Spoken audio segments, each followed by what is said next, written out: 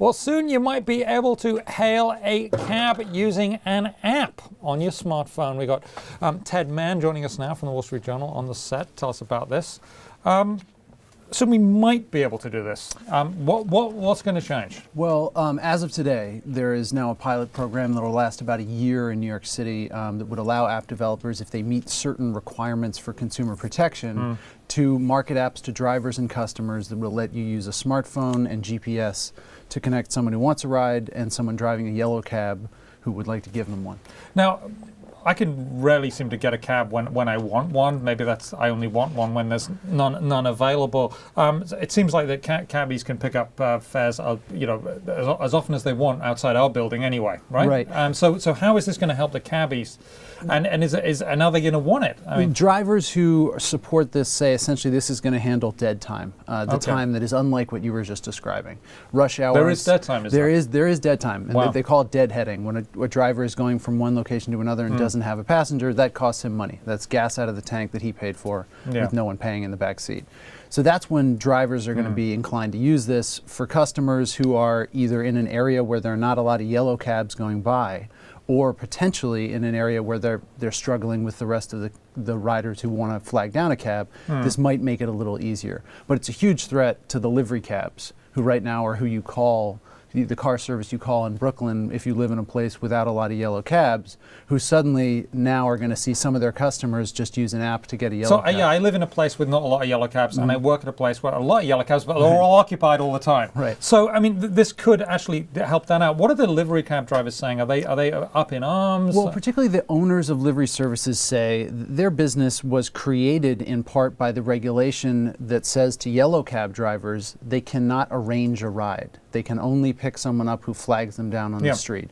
The livery and the livery cabs business is the opposite. They exactly. can't do that, yeah. So they've developed their business according to this opposite model, and now they see this change as essentially watering down the pre-arrangement rule. So what brought this change on then? I mean, why did this come about? I know that, I mean, in certain outlying areas, like very upper Manhattan and some of the outer boroughs, it's traditional, though they're not been allowed traditionally, for you to just wave down one with the black cabs, and yes, you're not supposed to, but people do it. I mean, happens all the time. Happens all the time. Is this sort of they're doing that, so maybe these guys do that? I mean, I think it's much more driven by the fact that these apps are growing in all sorts of other taxi markets with very different rules, but increasingly people will go from New York to, say, Las Vegas or Washington or Tel Aviv or London, and you can do this with your phone there. Well, you can do those in those markets, but in those markets, as far as I know, you don't have to spend like $900,000 to get a medallion, and you do here. I mean, that's an order of magnitude amount. It's not 90,000, it's not 9 million. Right. But to get into the cab business, you have to buy the cab, and then you have to get the medallion. And the medallions are, in some cases, going for around $1 million here. So it is a very different system. It's much more highly regulated, and that's part of the reason those are so valuable. Yeah, and so to undercut that, a lot of people, a lot of people come in, they buy one, they mortgage one, and then they'll flip it or they'll pay it off as they do well. So doesn't that undermine that? Well, if you look at the way this played out in New York, there were some app companies who were already talking to regulators here saying this technology is coming. There's nothing in your rules, because they were written in some cases before smartphones existed, to say how we could make this legal or not. And then there were other companies like Uber that essentially tried to not wait to just start up and start business in New York City. And to some degree that forced the hand of the Taxi and Limousine Commission to come up with rules.